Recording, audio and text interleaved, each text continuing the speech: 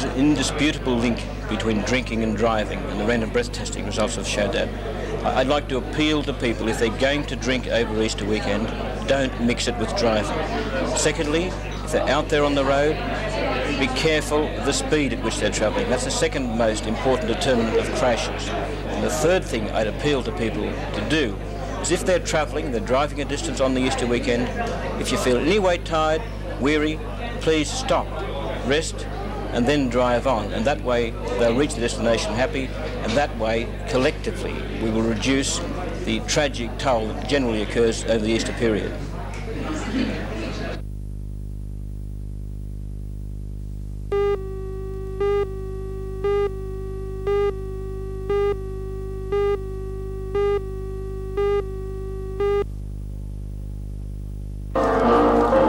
South Public School's Easter celebrations today were unusual for two reasons. Firstly, their traditional Easter bonnet parade included some handicapped children. This is because Hamilton South is experimenting as a so-called integrated school, proudly boasting a class of handicapped children from Stockton Hospital and a partially sighted unit. It was also an unusual celebration because of the inclusion of a parachute dance. The dance involves manipulating the chute to make it rise and fall, the children hiding within it to create a mountain of air. The bright designs on the parachute were painted by the handicapped children. The onlooking parents would obviously agree with one teacher who commented, "They're a terrific bunch pull of it down kids." tight and hold it.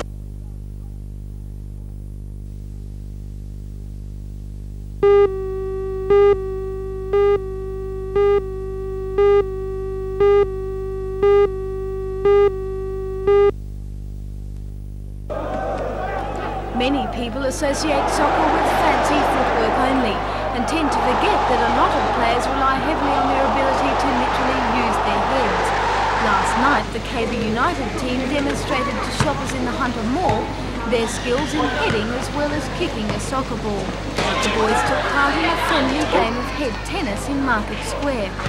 Head tennis, for the uninitiated, is a bit like volleyball, except that hands are banned. You may be excused for thinking that many team members may have to skip practice today because of headaches, but there is really no cause for concern. Years of playing soccer, it seems, has hardened their heads.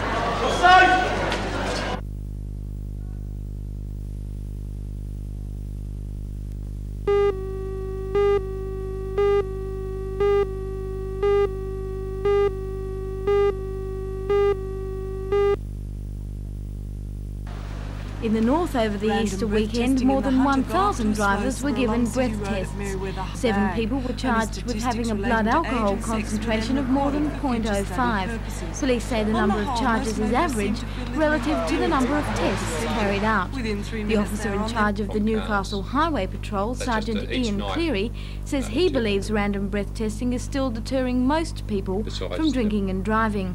He says while the state's Easter road toll is high, it must be remembered that other factors besides drinking can cause road accidents. Do you think the random breath testing is preventing people now from drinking and driving? Yes, I believe it is, but you will always get some people who will continue to drink and drive, unfortunately. Now, we have had some accidents in the region this weekend, and there have been quite a number of accidents around the state. Besides the drinking and driving problem, what else causes road accidents, particularly over long weekends? A lot of people want to get to from point A to point B in too short a time, speed, and of course unfortunately this weekend we've had the added factor of the wet roads. So those two things are our main cause for road accidents besides drink driving. Would you say you've seen an improvement in sort of the amount of accidents in the Newcastle region since the introduction of random breath testing in December? Yes, in Newcastle and also the whole of the state, it's been a dramatic improvement. Even in minor accidents, that we feel very, very pleased with the results of random breath testing. Highway patrol cars will be out in force this evening throughout the region in an effort to minimise delays for homeward-bound holidaymakers. The police were expecting the biggest traffic problem to be at Hexham, but at the moment traffic is flowing smoothly across the bridge. But at the other traditional bottleneck, Wyong, southbound motorists are experiencing some delays. The traffic there is banked up for more than 3 kilometres on the Pacific Highway. Police have attended several accidents on the Pacific Highway south of Bulladila Lake today, and are urging motorists to take care and keep in mind the wet roads.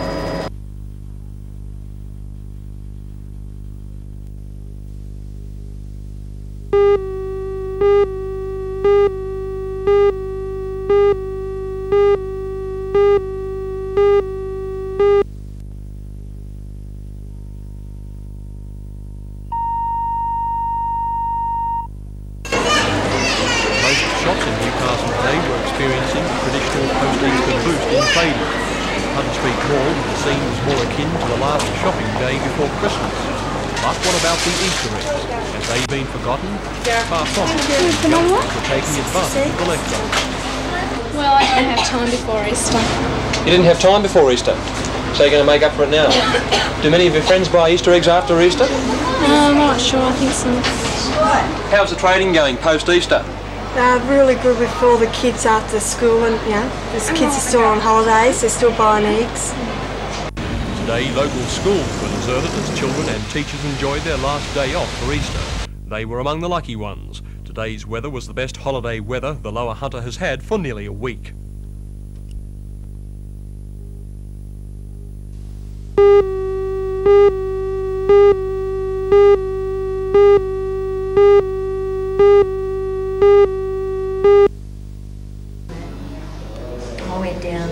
Adam was flown by rescue helicopter to the Royal Newcastle Hospital late last night. Despite his injuries, which included 2 broken bones and his left leg, Adam was in good spirits as he recalled the accident. His mother says she's grateful for the work done by the many rescuers who brought her son to safety. Me and a friend, Troy Brown, were out in the bush on our motorbikes. We camped in this old bus, and it was raining, and then it stopped raining, so I decided to go for a walk in the bush. It was rolling rocks off down hills and things, and I was going to roll a rock off. I got my fingers underneath it to roll it off, but they slipped and I went over. You were down there 6 hours, Adam. What were you thinking about during that time? A rock that was sticking in my back.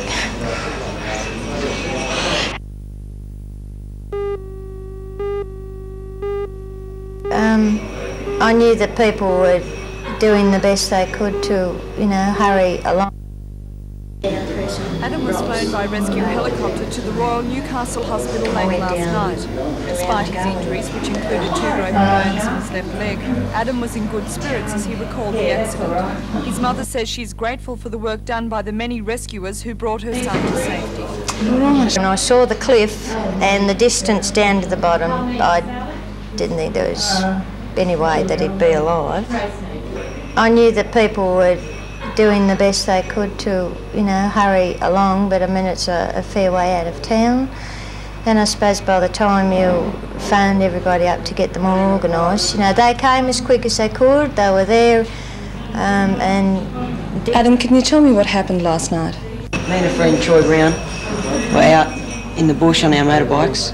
We camped in this old bus, and it was raining, and then it stopped raining, so I decided to go for a walk in the bush. It was rolling rocks off down hills and things, and I was going to roll a rock off. I got my fingers underneath it to roll it off, but they slipped and I went over. You were down there 6 hours, Adam. What were you thinking about during that time? A rock that was sticking in my back. How did you feel during this time, Mrs. Sykes?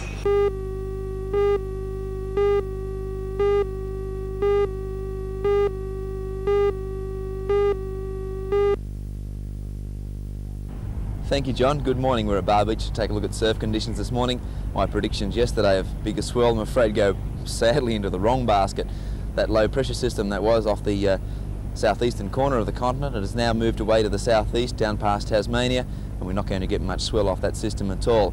At the moment the waves are just a little bigger than they were yesterday morning, up to 1 metre at most of the open beaches. The wind's still offshore, conditions nice and clear and sunny. Another beautiful crisp day coming up. Unfortunately for the board riders, the swell's not going to get much bigger at all. We may see waves just a little bigger during the next day or so as that low moves right away to the southeast, and then a high pressure system moving over is not going to generate any more swell for us for the next couple of days, that's for sure. If you'd like to go for a swim today, all of our city beaches are quite safe. The water's cool, the air's also a little cool at the moment, but it will warm up during the day, and that brings us on towards the subject of weather. The forecast is for a mild and dry day with lengthy sunny periods. Northwest to southwesterly winds at 20 to 40 kilometres per hour. Seas moderate offshore on a mainly low swell. Newcastle today heading for a top of 24 degrees. Up in the valley at Scone, 2 degrees cooler at 22. And the outlook for Thursday, southwest to southerly winds but mainly dry. High tide coming up. A low tide coming up at 9:54 this morning, 0.6 of a metre. High tide coming up at 5 minutes past 4 this afternoon, 1.1 metres. Well, that's our look at the surf and weather. Another fine sunny day coming up. Small waves for the board rider, under 1 metre, but that swell hopefully getting just a little bit bigger, and perfect conditions for the swimmers if you can brave the cool weather we're having at the moment. That's it for now. We'll be back again tomorrow morning.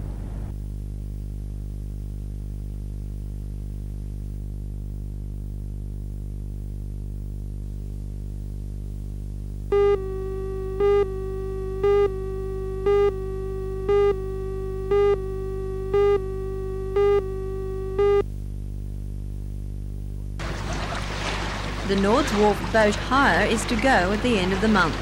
After a 2-year battle, the Lands Department has turned down an application for licence renewal on the grounds that the shed is on public reserve, which should be kept open.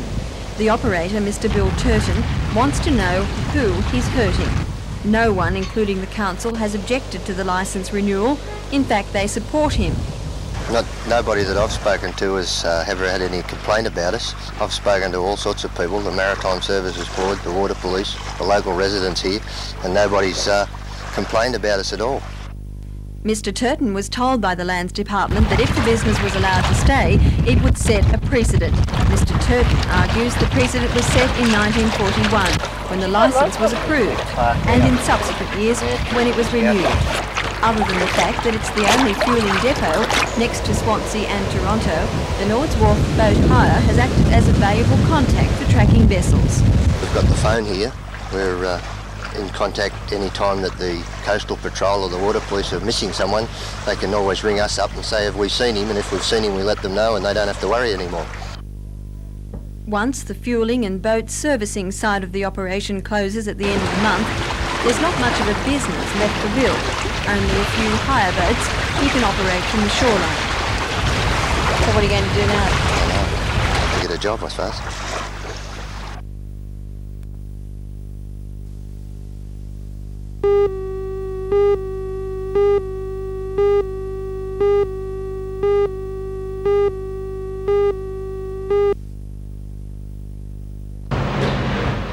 Service stations in residential areas are authorised to sell petroleum products only.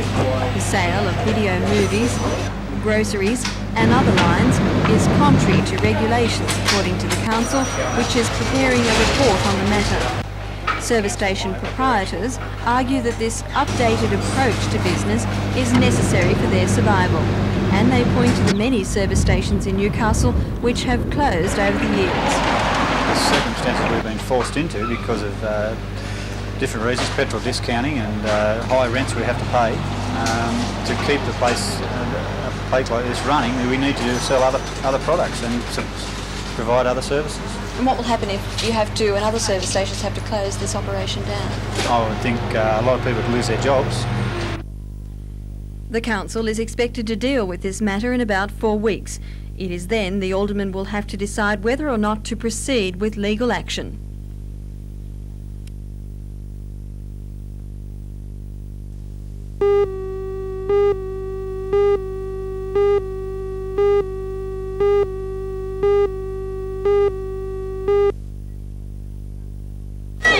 The young New Zealanders who come from Hillcrest High in Hamilton will spend 6 weeks at Warners Bay High School, living and studying with students from Year 9. On their return to New Zealand, they will be joined by their 8 Warners Bay hosts, who will spend 6 weeks attending school in Hamilton. The visitors spend their first day at an Australian school, getting to know their way around and chatting with students. They were officially welcomed to the school by the principal, Mr. Jack Kelleher, who said he hoped their stay would give them a chance to learn a little about Australian ways of life. While students at Warners Bay welcomed the newcomers, the children at Toronto's Birrabang Public School bade a fond farewell to one of their favourite teachers. Yesterday, Mrs. Ruth Fitzpatrick took her Year 1 class for the last time. After 35 years of teaching, she's decided to retire. Originally from Blackall's Park, she took up her first Suddenly teaching the sun post in came out from behind the 1947 rain. at a small school at Doonside, west of Sydney. She joined the staff at get your hose Burbank out Public in sometimes. Flower 1970. garden, of course. Mrs Fitzpatrick Rows says of she's looking flowers forward to retirement, looked like a even though rainbow. she says she will Goldfish miss bowl, teaching. and it made a rainbow. Yes, I miss teaching, I miss the staff, but most of all I miss the children.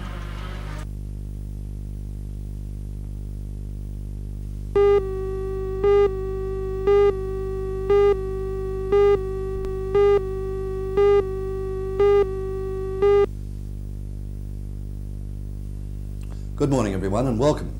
The Prime Minister's announcement that the lump sum superannuation benefits of federal parliamentarians will be limited to 50% instead of 100% has important implications for other lump sum superannuation beneficiaries such as the public servants and of course people in the private sector. Suggestions, I might add, are also being made with regard to the tax position of lump sum superannuation payments. Now let me bring you up to date. At the moment, lump sum superannuation payments are only subject to tax on 5%. Now that's not 5% tax, but tax on 5% of the lump sum. Now I go back to the changes made with regard to long service leave on August the 15th, 1978. And those changes meant that long service leave earned up to the 15th of August were taxed at the same rate as superannuation, but leave earned after the 15th of August was taxed at the normal rate.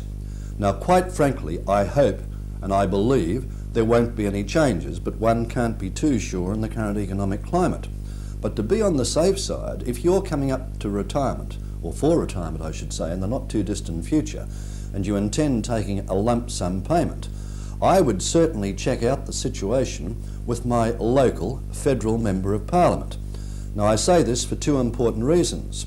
If by any stretch of the imagination the rules are changed, this means that your investment strategies, your retirement strategies might be changed overnight. And quite frankly, I don't think that's the right thing to do. I'll see you next Monday.